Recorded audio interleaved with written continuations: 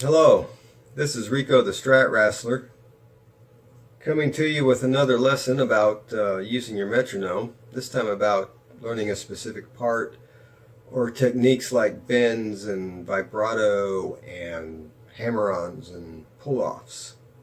I called them a hammer-off in a previous take. I'm having a heck of a time getting this video done. The first one was just way too long.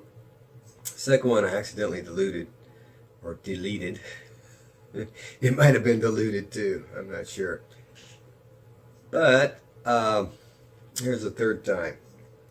I have a confession to make. I haven't been very motivated myself to play much guitar music lately, and that's part of my reason for doing these videos. It gets me thinking about guitar and music and playing again. So we've got our trusty metronome here. And I'm going to put it on the floor, so hopefully it's not too loud. And it's going about 100 beats a minute. In fact, it's going exactly 100 beats per minute. And I'm going to show you one way I would work with the metronome while I'm learning a specific part. Flip the standby off.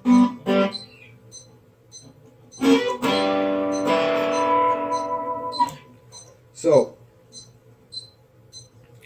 this is a country fried type lick, very major sounding, combining arpeggiated chords and some major pentatonic phrasing, which is what I like to play a lot. I'm not much of a linear player, you know, running up and down the neck, but I like stuff like this. So, I'm going to try at full speed, and I'll probably mess it up, but that's the whole point of slowing it down and using a metronome to work on those things. So here we go.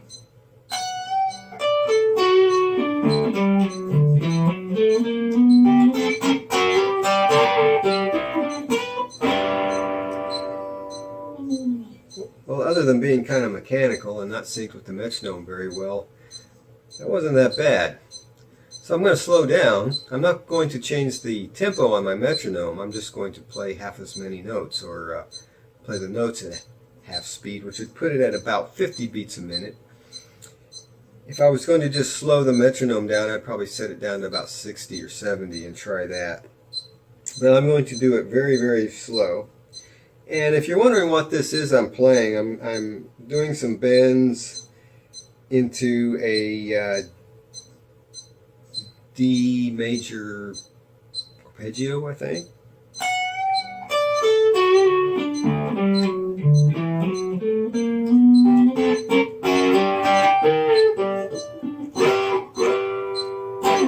That's a very Western swingish sounding chord at the end. I believe it's a G6 or G minor 6 or something. No, it's a G6, major 6, because it has the major third in it. You've probably heard that somewhere before. So I'm going down the D major arpeggio, doing a little pentatonic phrase, and then walking up some double stops from a G into that G major 6.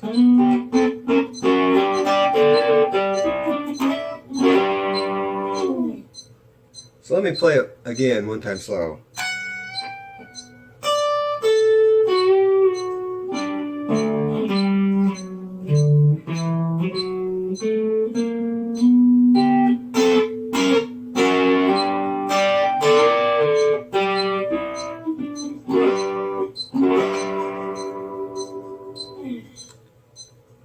And I think I was doing it half speed, about 50 beats per minute.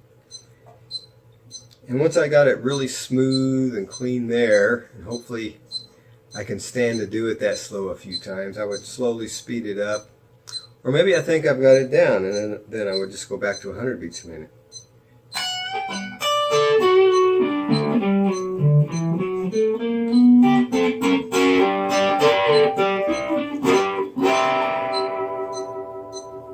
A little whammy bar action on the end there. Just a subtle little touch. So that's an example of how I use a metronome to help smooth out parts and work them out. You can also use the metronome while you're learning to do things like sliding into notes, hammering on and pulling off notes, vibrato, and bending. Those are all different ways to play the same note. Let's say I'm playing this A note at the 14th fret on my G string, my 3rd string. Well, you can just pick it, right? Use different fingers to play it. You can slide into it.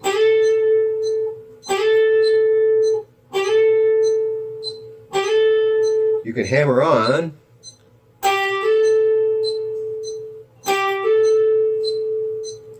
I'm not in sync with my metronome now. Hopefully that doesn't drive you too crazy. You can hammer off to it.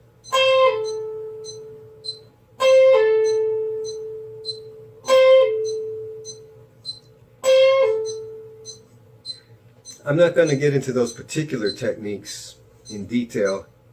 There's probably some other good videos about that, but while you're practicing them, you can do it with a metronome to kind of smooth it out and learn how to play those things in rhythm and time.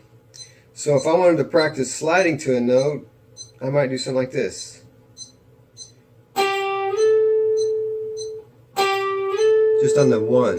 1, 2, 3, 4. 1, 2, 3, 4. Same with hammering on.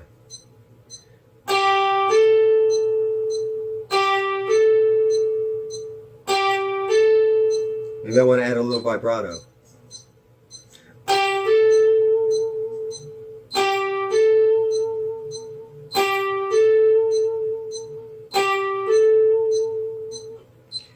Maybe I want to practice a more precise vibrato, maybe a half note vibrato, so I'm emulating this. I'll hammer on, but I want to bend it. I want to vibrato it. And you're doing a slight bend when you do vibrato.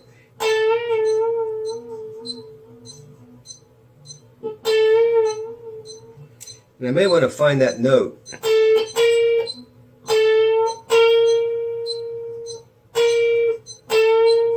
So I'm just fretting the note and then I'm bending into it till it sounds the same.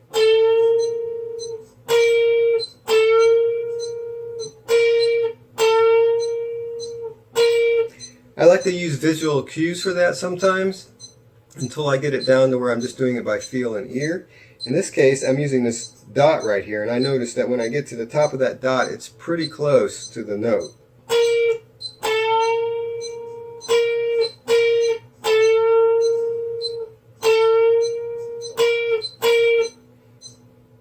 That's from looking up here. It may not look like I'm at the top of the dot with the string from the camera. Same thing if I want to bend a whole step, say from this G to this A. We were doing a hammer on and a slide. Let's say I want to bend up to it. So I want to play the note and listen to it. And then I want to bend up to it.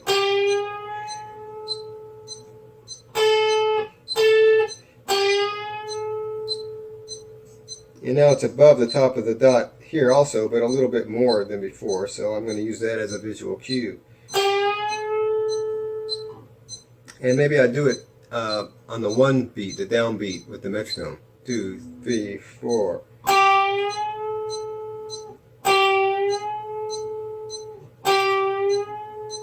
Maybe add a little vibrato at the top.